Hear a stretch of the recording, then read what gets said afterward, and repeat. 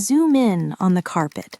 It is not the pristine, hush-quiet deep pile of a gallery floor, but a domestic wasteland transplanted into the sterile white cube. Your eye catches the dull glint of glass first, an empty vodka bottle tipped on its side, its contents long since evaporated or consumed in a haze of numbness. Beside it, a crushed cigarette packet, the cellophane wrapper catching the museum lights like a mocking jewel. These are not merely objects, they are evidence. When you stand before Tracy Emin's My Bed, you are not looking at a sculpture in the traditional sense. You are looking at a crime scene where the victim is also the perpetrator. The air around the installation seems heavy, almost scented with the phantom odors of stale tobacco smoke, sour alcohol, and the distinct, cloying musk of a body unwashed for days. It forces a visceral reaction.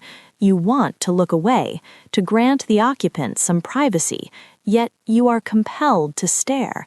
This is the power of the piece. It transforms the viewer into a voyeur, stumbling into a bedroom at the most inappropriate, humiliating moment possible. Look closer at the sheets. They are crumpled, twisted into a topographical map of restless sleep and agonizing wakefulness. There are stains, yellowed patches of sweat, perhaps other bodily fluids, that speak to the biological reality of being human. This is the tableau of depression. In 1999, when this work was first unveiled at the Tate for the Turner Prize exhibition, the shock was palpable. The art world was accustomed to the sleek, formaldehyde-preserved sharks of Damien Hirst, or the provocative but polished mannequins of the Chapman brothers. But this felt dangerous because it felt real. It lacked the protective barrier of craft or technique in the way the public understood it. Every item scattered around the bed acts as a specific coordinate in a landscape of despair. The used condoms, the dirty underwear, the empty Kleenex boxes, they are the debris of a life that has ground to a sudden, screeching halt. It is a forensic inventory of a breakdown. If you were a detective analyzing this scene, you would deduce that the person living here had ceased to care about the social contract of hygiene and order. The chaos is not random. It is the specific chaos of a mind that cannot cope with the world outside the duvet. Critics initially recoiled, calling it lazy, disgusting, a mere dumping of garbage. But to dismiss it as a mess is to miss the profound curation at play. Emin didn't just drag her bed into a gallery, she reassembled the wreckage of her trauma with the precision of a history painter arranging a battle scene.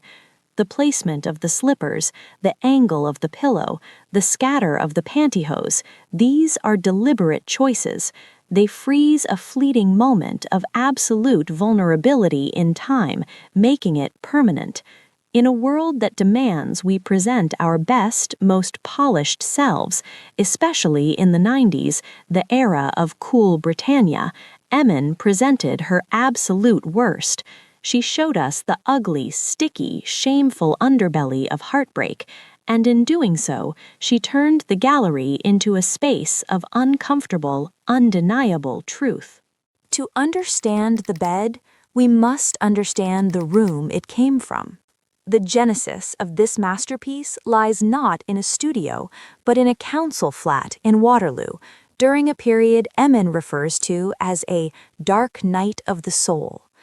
Following a traumatic relationship breakdown, she retreated from the world. For 4 days, she did not eat, she did not wash, and she barely moved. She existed in a twilight state of suicidal depression, drifting between sleep and a painful, jagged consciousness. The bed became her entire universe, a life raft in an ocean of psychological pain. When the fog finally lifted, when she finally stood up and drank a glass of water, she looked back at the bed.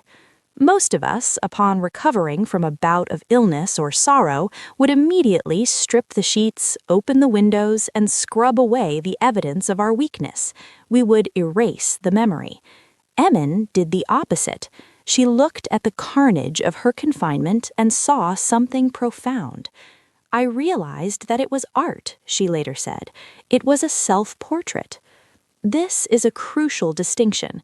In the history of art, self-portraits have typically been exercises in vanity or psychological exploration through the face. Think of Rembrandt's aging visage or Van Gogh's bandaged ear. Emin removed the figure entirely. She created a portrait through absence. The indentation on the pillow implies the head that lay there. The twisted sheets imply the body that thrashed against them. It is a ghost story. The artist is present everywhere in the work, yet nowhere to be seen. This approach places my bed in conversation with the great ready-mades of the 20th century, specifically Marcel Duchamp's urinal. Duchamp took an ordinary object, flipped it, and declared it art, challenging the definition of the object itself. Emin took this conceptual framework and injected it with an unprecedented emotional voltage. While Duchamp's gestures were intellectual, cool, and ironic, Emin's bed is hot, messy, and screamingly sincere. It bridges the gap between the high-minded concepts of modernism and the raw, beating heart of expressionism. It challenges the viewer's empathy. To stand before it is to recognize a darkness that exists within all of us. Who hasn't wanted to hide under the covers? Who hasn't let the dishes pile up when their heart was broken? By framing this universal experience within the hallowed walls of a gallery, Emin elevated the domestic struggle of a working-class woman to the status of high art. It was a radical act of validation for anyone who has ever felt their own suffering was too ugly, too mundane, or too shameful to be seen. She didn't carve marble or cast bronze. She excavated her own life, presenting the raw material of her survival as a monument.